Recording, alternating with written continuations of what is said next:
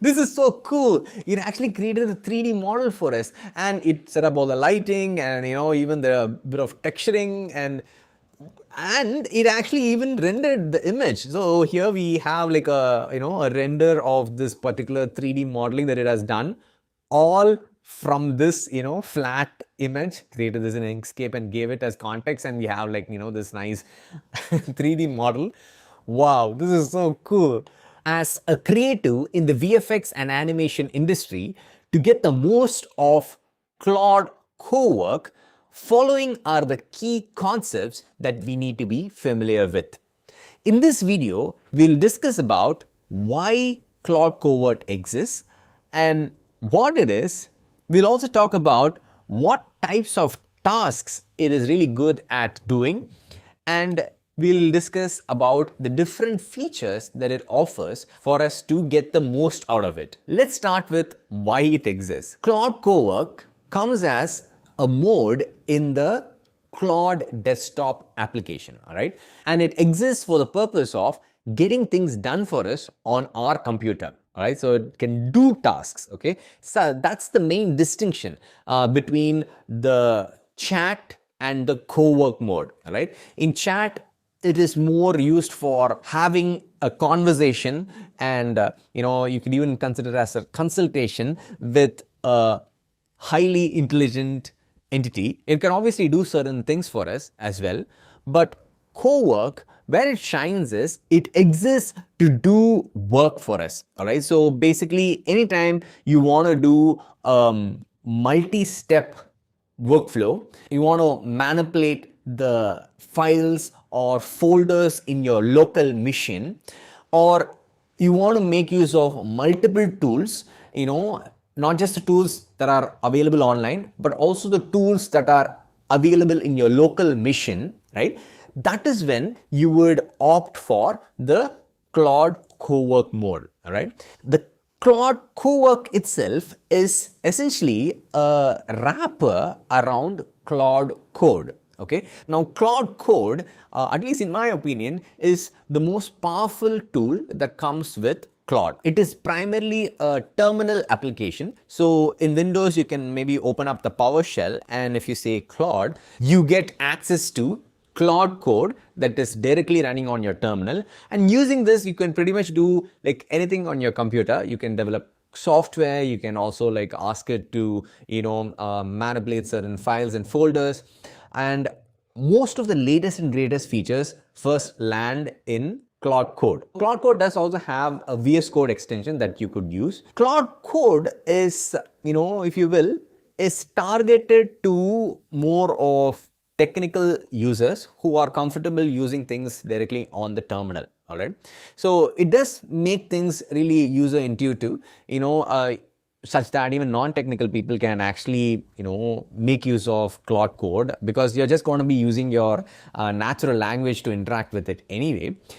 But some people do find the terminal intimidating, and especially artists and creatives who just want things to get done. They don't want to deal with the terminal and all, right? So for them, like people who are a bit non-technical, we have Claude Cowork. So it's essentially a wrapper on top of Claude Code, okay, for non-technical users, artists and creatives who just want to get things done. So that's essentially what Claude Code is, why it exists, and what all different types of work it can do for us. Okay, so now let's look at all the different features that Claude Code provides. You can think of these things as the harness that is available to control and steer Claude Cowork to get the most out of it. Okay, so to start with, let's talk about the global instructions. So Claude Cowork, as we had already shared, is a mode that is present in the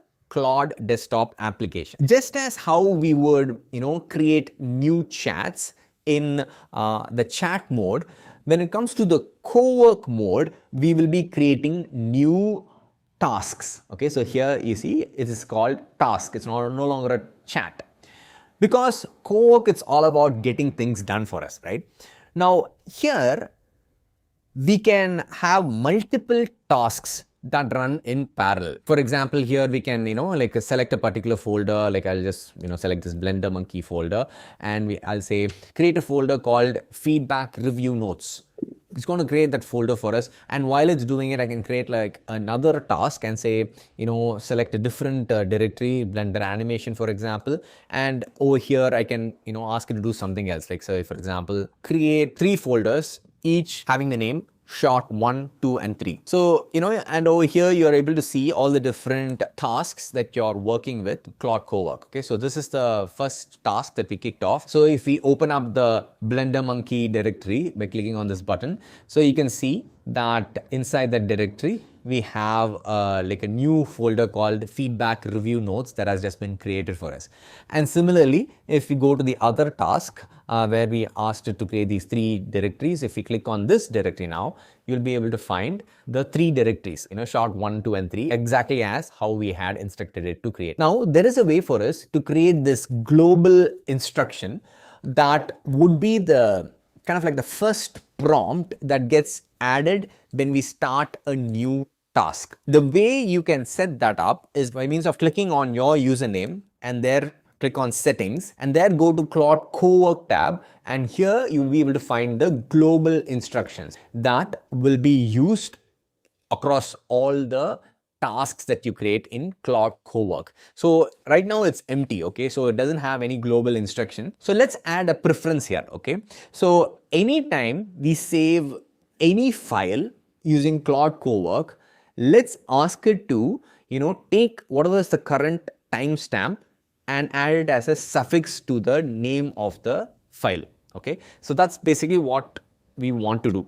Now, just to test this out, we will first ask it to save a file without this prompt, okay? So I'll just cancel this, so see, it doesn't have any prompt as of at the moment. So we will open up a new task, and also for to make it interesting, I have already set up a Blender connection with this particular Claude Cowork. So here, like the way you set it up is, you just go to the customize and, there you can find the different connectors. Here, like, I have Gmail, Google Drive, and this is like the local connector that I have, the Blender connector. So I've already made a video showing how to set this up. There are also a lot of videos available online showing this.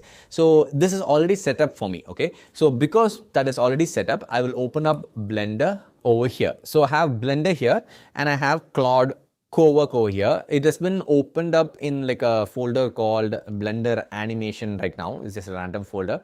So what I will do is I'll ask whether it is able to see my Blender file, okay? Are you able to see my Blender scene? Yes, it is able to see our Blender scene. We'll just ask it to save the file. Okay, save the Blender file for me. Yes, so it did save it for us. It just saved it under the, this working directory that we have called Blender animation. And it just saved it, how it seemed best. It just calls it scene.blend. But we do have certain preferences of how our files need to be saved. So let's now add it to the global instructions and then try to save the same file again, okay? So let's go here to the settings and click on the Claude Cowork and there click on the global instructions, okay? So here let's give it a bit of a prompt. We'll say whenever you save a file, make sure to add the current time in the Indian Standard Time railway format as suffix to the name of the file that is being saved. So this is basically what we want. So we'll just save this. So since we have added a new global instruction, that instruction will not take effect in this task that is already in progress, because the global instruction is injected in the beginning of a new task. So essentially when we click on like a new task, at that time, right, like, it will find, it will see if there's any global instruction and add it as a prompt. It's essentially like, adding the prompt over here, in the beginning of the task, right? So that's something that we need to be mindful of. So if you add new global instruction in the middle of like a, task that you already have, it will not take effect for this task. So you should always like, open up a new task. So we have a new task here, and on this, let's ask it to save the same Blender file again, okay? Save the Blender file.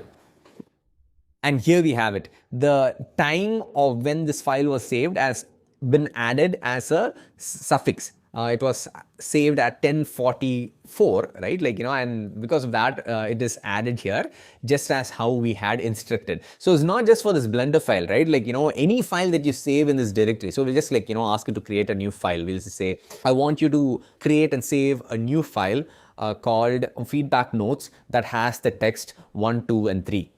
Okay, so we're just creating a dummy text, and let's see, what name it gives for this particular file. Let's open up the folder and see, like the file that got created, and you can see, just as we had expected, the new file called feedback notes has that suffix 1046 because that's when, this file got created, right? So this is all happening because of the global instruction that we had set up, right? So that's basically the first harnessing mechanism that we have to steer Claude Cowork. Okay, so we have completed talking about the global instructions. Next, let's talk about the project instructions. Whenever you start a new task, you don't necessarily need to create a project. You can very well just select, a particular directory where you want, certain files or folders to be created, and you can just like work on it directly. But it is always good to create a project because you get these additional harnessing mechanisms that are super useful. Okay, so let's create a new project. The way we do that is by means of clicking on create new project from this button. Okay, so you just go here and click create new project, and you're presented with this pop-up which shows you the different options for creating a project. You can also create project directly by going to the projects tab over here and clicking on new project. Okay, so here again you have those options, the same exact options. So we'll just make use of the button that is present under the chat. So we'll just click on create new project and we'll create it from scratch. Okay, so let's give it a project name. We'll call it Blender Assets. So we are essentially going to make use of this project to create a bunch of assets. Okay, so and instructions. So this again is like, important. So just like how we had global instructions that apply for every task under Claude Cowork, this instruction is going to apply on the project level. So here we'll just keep it empty for now. We're going to add the, this project level instruction in a couple of minutes. Let's move on to, selecting the folder where this project should exist. Okay, so let's click here and let's create a new folder called Blender Asset Maker. Let's even call this the same, Blender Asset Maker. Okay, so this project is called Blender Asset Maker, and okay, the folder is also ready. So let's create. Perfect. So we have this new project created called Blender Asset Maker. It's essentially, presenting us this chat interface. Okay, so the same, project could be accessed even by means of going here to the projects tab, and there you'll see the Blender Asset Maker. So you can click on it, and there you have it. You can kick off multiple tasks under this project. Okay, so in this project level, so this is where we can add the instructions. Now, even before we add that, let's ask Blender to do something for us. We'll just say reset the scene. Let's see what Blender does when we ask it to reset. Okay, so you'll say reset the scene.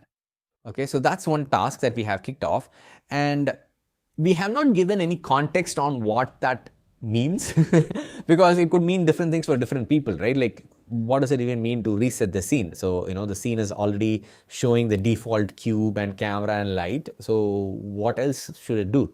Right now, see, scene reset, Blender is back to the default startup file. So it just basically, reset it back in the best way that it seemed fit. Okay, now let's add an instruction to the project level. Okay, so let's go back to the project, and in the project level itself, we'll give an instruction. We'll say, whenever the user asks you to reset the scene, clear all the elements of the scene and add the Blender monkey head in the middle of the stage. Okay, so that's what we mean by saying reset. Okay, so that's like an instruction, a bit of context that we have given in the project level itself. So any chat from now on or rather any task from now on that you start in this project will have this context. So I can go now and say reset the scene. What this is going to do is, like, since we are starting a new task, it first of all has the global instruction, and it also is going to take this project level instruction into consideration. Perfect. Because it has the project level instruction, see, this task now reset the scene by means of clearing everything else and just having the Suzanne Blender monkey head. That's pretty cool, right? So that's the advantage of having this project and because you can have this project level instructions. And also in the project level, you can schedule tasks. If I click on this and create a new task, I can just, give it a name, daily status update of production. And here you could provide the prompt that should be run in the scheduled time, and you can schedule it here. So you can say like, set to be an hourly thing, or you can ask it to, run daily at a particular time, or, weekdays or weekly. Okay, so you can schedule certain prompts to run certain tasks at regular or, scheduled time by means of using this option as well. So that's pretty useful. This is all happening in that same project context. You can also schedule tasks, obviously, like, directly here. It doesn't necessarily need to be under a project umbrella, but having things under a project definitely helps, because under a project you have a lot more, project level context. So you see, you can even add a bunch of references and additional context to support the work that you're doing in the project level. So here you have that option, so context. And it also has a bit of memory that is all contained within this project. So that's basically the project level instruction that is available for us. So we have completed this. And now let's talk about the folder scope. We already touched upon it. Let's see a practical example. So since we are given this project access to a particular folder, in this case, the Blender Asset Maker, any files or, folders that you ask it to create or manipulate, move or delete can all happen only within this folder to which you have given access to, right? So for example, I can ask it to create 3 folders with the name asset 1, 2, and 3. Okay, so when I ask it to do it, it, directly goes ahead and creates these folders inside the Blender Asset Maker directory. So here is where all those new folders get created. See? Those new folders got created under here. If I ask it to like make some folders in maybe like the documents directory, which this particular task doesn't have access to, it's going to just ask us to grant it permissions. It cannot go and directly manipulate files wherever it wants to in your computer. Only in directories where you have given this task permission to, it can do things for you. So that's pretty powerful. So here, like for example, if I ask it to create 3 folders, asset 1, 2, and 3 in the documents directory, it clearly doesn't have permission to do that. So it would, just ask me if I want to give it permissions so that it can actually carry on the task. So here you'll see it says I don't currently have access to the documents directory. Let me request access to it. So it's going to ask us the permission. See, it's asking us whether we actually want to do this in the documents directory. A rule of thumb is, as much as possible, don't give Claude Cowork access to like these high level directories, because when you give access to the documents directory, everything under it comes under its domain. So it can do like whatever it wants under that directory. So always create these specific directories. So here, that's the reason we have like, created this specific folder called Blender Assets Maker. Under it, we are doing our thing. And also, as you have a lot more files which are important for you, make sure to have like regular backups. Either make use of something like Git, or at least like, have some kind of a cloud backup mechanism for your directories, because Claude, as much as possible, it's intelligent, but it, either by our prompts or it by itself can make mistakes. So just be aware of that and be cautious. So in this case, we're not going to give it permissions to manipulate files in the documents directory. So we'll just say denied. So that's basically the folder scoping. You can add additional folders. It's not like, it can work only with one directory. So you can just click on this plus button and click on add folder. That will allow you to add additional directories in all these different locations in your computer, which this Claude Cowork has access to, and it can like change things, move files around in all the different directories where you have given it permissions. Okay, so that's basically the folder scope that we wanted to touch upon. So next, let's talk about skills, connectors, and plugins. Okay, they all kind of fall under a similar bucket, because skills, connectors, and plugins essentially give additional capability to Claude Cowork. Okay, let's first talk about skills. Okay, in the Blender Asset Maker project, let's create a new task that would create a new asset for us in Blender. Okay, so we'll say clear the Blender scene. So just like how we can add additional folders to this Claude Cowork, we can also add additional files and photos. Okay, so what I have done, is I have basically created this reference image. I just made use of Inkscape to draw this simple robot. Okay, we're going to give this image as reference to Claude Cowork to build a 3D asset out of this. Okay, so we can do that by means of just clicking on this plus button, add files or photos. Over here we have our JPEG image. So I just selected that and added it as context to this chat. So I'll now ask it to actually create a 3D model out of this. Okay, so you say create a 3D asset based on the attached image. It is basically a robot with a cube head and a spherical body. The spherical body is essentially like a tire that helps it to move around. Okay, I just gave it a bit of context, and let's see what Claude Cowork can create out of this. This is so cool. It actually created a 3D model for us, and it set up all the lighting and even the bit of texturing, and it actually even rendered the image. So here we have like a a render of this particular 3D modeling that it has done, all from this flat image. Created this in Inkscape and gave it as context, and we have like this nice 3D model. Wow, this is so cool. So now let's create a skill here. Okay, so if I ask it to now create asset daily, if I ask it to publish an asset daily, it will not know how to do that. So for example, I've just even asked it here in Claude Cowork, we'll ask it create a asset daily. It will not know what to do with this prompt, okay, because it doesn't exactly know what an asset daily is, right? So let's see what it does. It basically, I think most probably is going to ask us question of what it is. See, it assumes that it's some sort of like a scheduled task. So it's asking what time should this daily asset be created, so we'll just stop this. And to address these kind of issues of enabling Claude Cowork to understand our studio's conventions and the way we do things, we can create these skills. Okay, so let's create a skill now that will enable Claude Cowork to actually create and publish an asset daily for us. I want you to create a new Claude Cowork skill for this project that will teach Claude Cowork how to create a asset daily.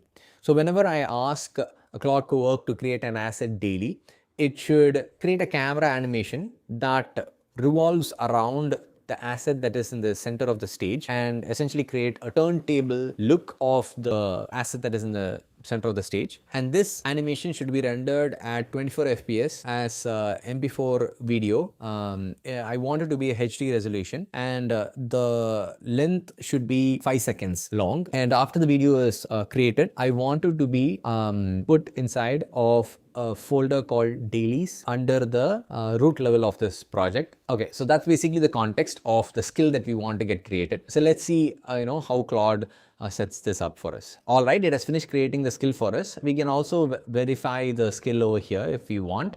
It's already available in the project level. So let's ask it to now create the asset daily. Okay, now the thing about skills is, since skills are picked up on demand, we can just ask it to do it on the same task without having to open up a new task. So here we'll say create a daily asset. See, that's the cool thing about skills. See, it is actually making use of the create daily asset skill to get this job done for us. Perfect. Since we had the asset daily skill present, Claude Code was able to understand how to make the turntable daily, and it has actually created the MP4 for us. And it was all done by Claude Cowork. It actually created the turntable animation for the camera. It rendered it out and as PNG images and stitched them together into this MP4 file.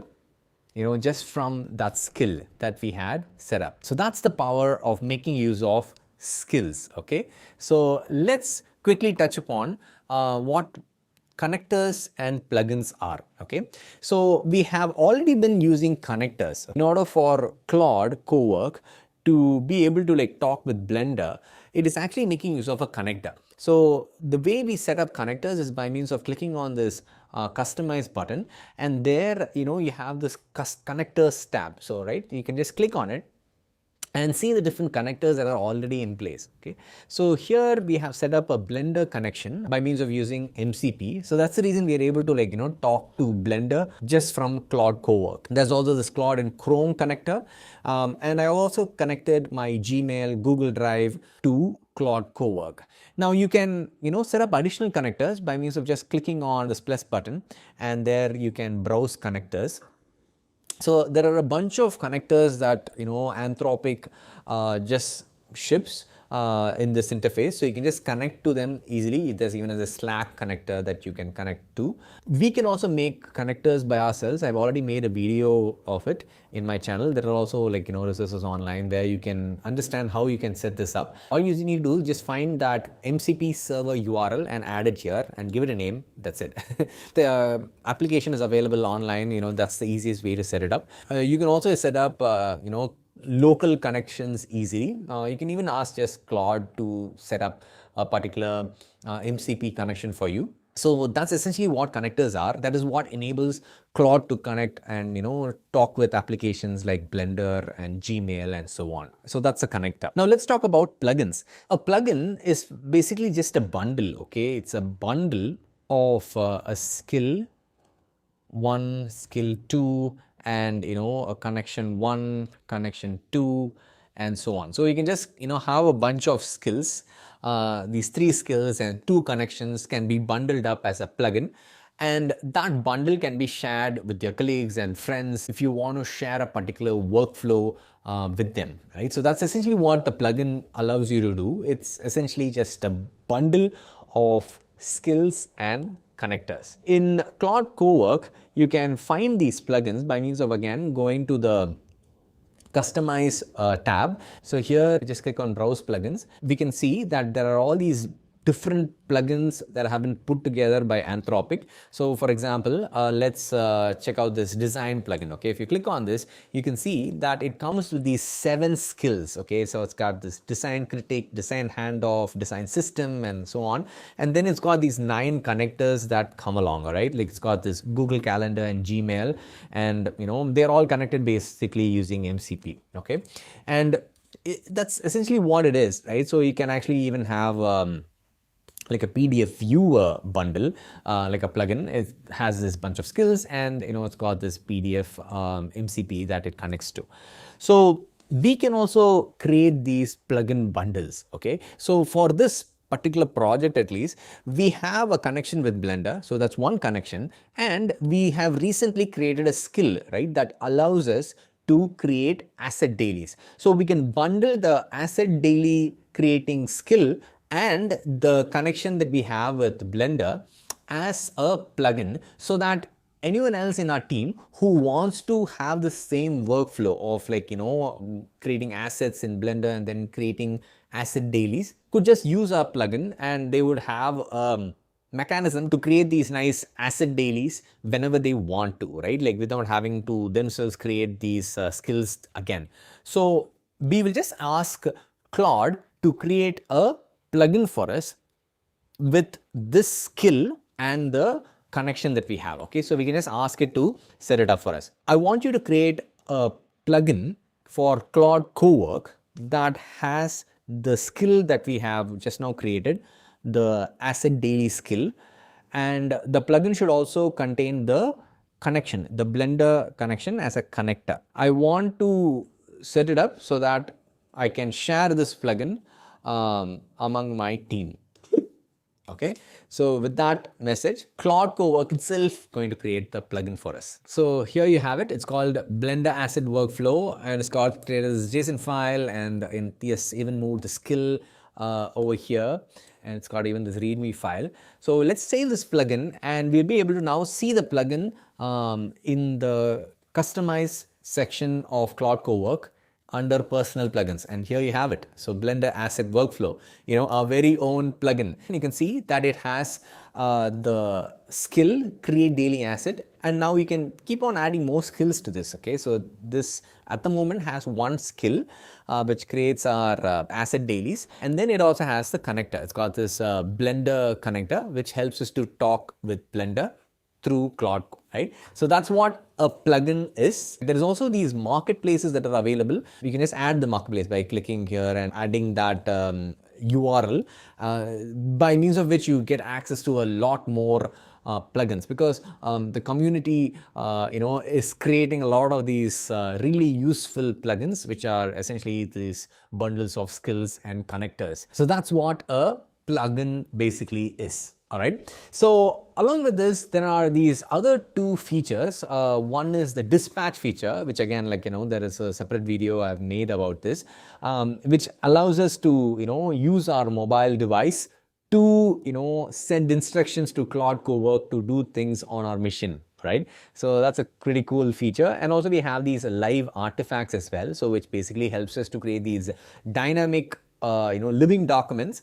It basically makes use of the connectors that we have. Say, for example, maybe instead of using the Gmail connector, it can create this digest of unread emails, and it just keeps updating itself, and it's like a live artifact that we can use, something like a dashboard. So yeah, this is basically an overview of what Claude Cowork is, why it exists, and all the different ways in which we can customize it and essentially harness, basically steer it to get profitable outcomes in our VFX and animation industry. Follow along if you're exploring AI for your VFX and animation pipelines.